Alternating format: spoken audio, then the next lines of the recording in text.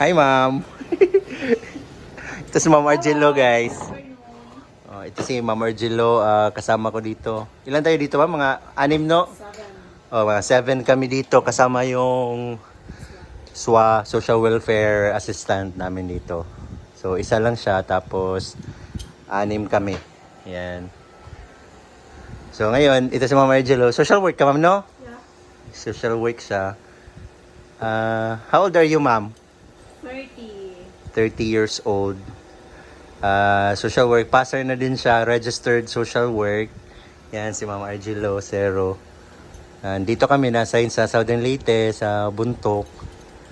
Tapos, after you graduated, ma'am, from social work, saan ka nagtrabaho, ma'am? DSWD Kalahi. 2014 to 2017. After niya nag-graduate, guys, 3 years siya sa DSWD Kalahi. 2014 to 2017. Nagkalahi siya, guys. Alam niyo man yung Kalahi. Unsa gyud ang Kalahi, ma'am? Unsa nagi-focus na project sa Kalahi? More on sub-projects. More on mga sub-projects, no? Mga bridge, road, no? Mga building. More on infrastructure sa Kalahi.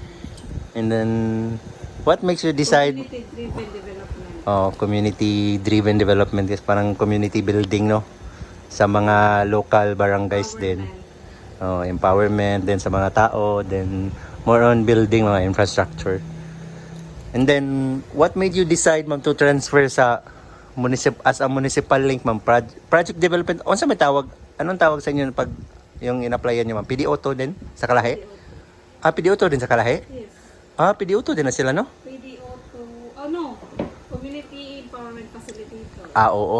Community Empowerment Facilitator, CEF. Kalahi Seeds. Tapos, what made you decide to apply sa as a project development officer to Municipal Link sa Pantawid program? End of contract na ko 2017. So I decided to take board exam. So di pa ka passer ato? So not a passer pa. Social work. 2014. So ninditso ko. So nag-apply ako agad after graduation. After passing? Yes. After graduation.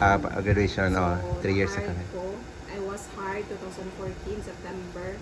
Mm. Then end of contract December 2017. Tapos? So, 2018, nag-review ka? akong trabaho. So I decided to take board examination. Okay. So, sa awa ng Diyos, nakapasa. Take 1 lang? Take 1 po. Wow! Congratulations! Take 1 lang, guys. Meron siguro makarelate dito ng mga social work. So, ito, guys, 2013, nag-apply siya.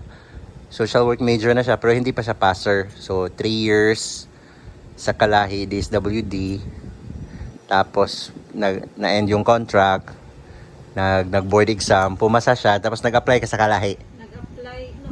Sa dia 4-piece na. PDO2ML. SWD Region 7, Cebu. So dati, guys, Region 7 siya sa Cebu City. Saan sa Cebu, ma'am? South, North? North. Anong municipality? Tabuelan. Shout out sa mga kung meron tayong taga Cebu, guys.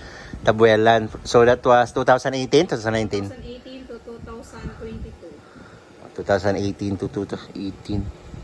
4 years? 2 years and 3 months. Tugay na ni mo. Karaan na ni siya, guys. 3 years sa Kalahi, tapos 4 years. 4 years sa Cebu City, PDO2ML, Pantawid Pamilyang Pilipino Program. Tapos, that time, registered social work na siya.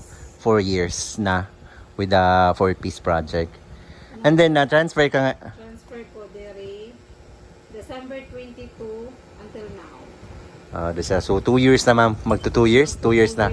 Magto 2 years. December 1. December to 2 years na siya dito, guys. So, 4 years siya doon sa Cebu City sa Municipal Link.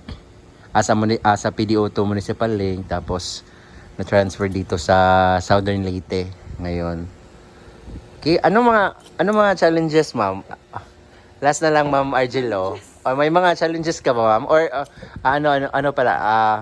Para kasi meron kasi dito mga viewers, ma'am, na parang may isa dito, papakita ko sa'yo, may nag-comment, ma'am, sabi niya nakapasa daw siya, tapos kinabahan kasi wala daw siyang experience.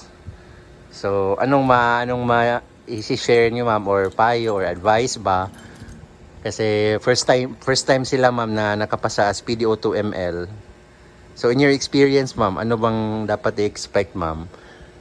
Siguro pwede kang mag-recall sa experience mo as a first time. Oh, na-hire na siya. Oh, nag-comment siya diri. Ikaw anong masabi mo ma'am? O anong maipapayo mo or sa mga Matutunan mo rin kung ano yung mga task or mga responsibilities natin. Okay? Every day, ginabuhat mo na nimo, ginagawa mo yan. So, meaning, matutunan mo rin. So, may mga kasama ka naman na magturo. I-guide ka. Guide Ganun. ka. So, i-discuss lahat ng mga gawain mo. So, i-share nila yung mga na-experience nila sa iyo. So, matutunan mo rin. So yun guys. Yun lang guys. Relax lang. Hindi madali. Yes. Hindi madali yung Pressured pero kaya. pressured. Marami kasi kami yung ginagawa dito as a PDO2ML, especially sa Pantawid 4-piece na project. Pero matutunan mo rin yan in the long run. More than 2 years na siya. More than 2 years, ma'am. Magto 2 years, ma'am, no? December. 6 years as ML. 6 years. All in all. So, yun, guys. Then 3 So far, ma'am, happy ka dito sa Yes, happy This beauty? because I am near na sa family. malapit na Near kasi. sa family. Kasi dati sa Cebu siya. Ngayon, nandito na sa Southern Leyte and she's originally from Southern Leyte. Yes. So, malapit na lang yung biyahe. Yeah. So, yun lang guys.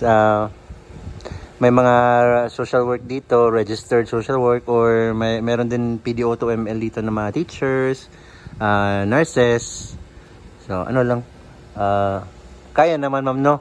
Yes. Busy lang, maraming gagawin, pero kaya nyo. Yung iba nag-schooling ng social work. Oo nga guys. Katulad ko, di ba, na-share ko sa inyo, I'm taking my masterals. So yun lang. And hindi ka naman nag-iisa dito, marami kayong in one municipality na kung saan kayo ma-assign, may mga kasama po kayo. So as a first timer din, magtanong-tanong lang and slowly matutunan mo rin. So yun. Thank you so much, ma'am. Kaway-kaway. Shout out. And next time guys, mag-interview naman tayo ng ibang kasama natin dito. Basta hindi kami busy. Pwede tayong magtanong sa kanila guys. Thank you everyone. Have a great day. Thank you Ma'am Argelo. Thank you Ma'am. Bye-bye.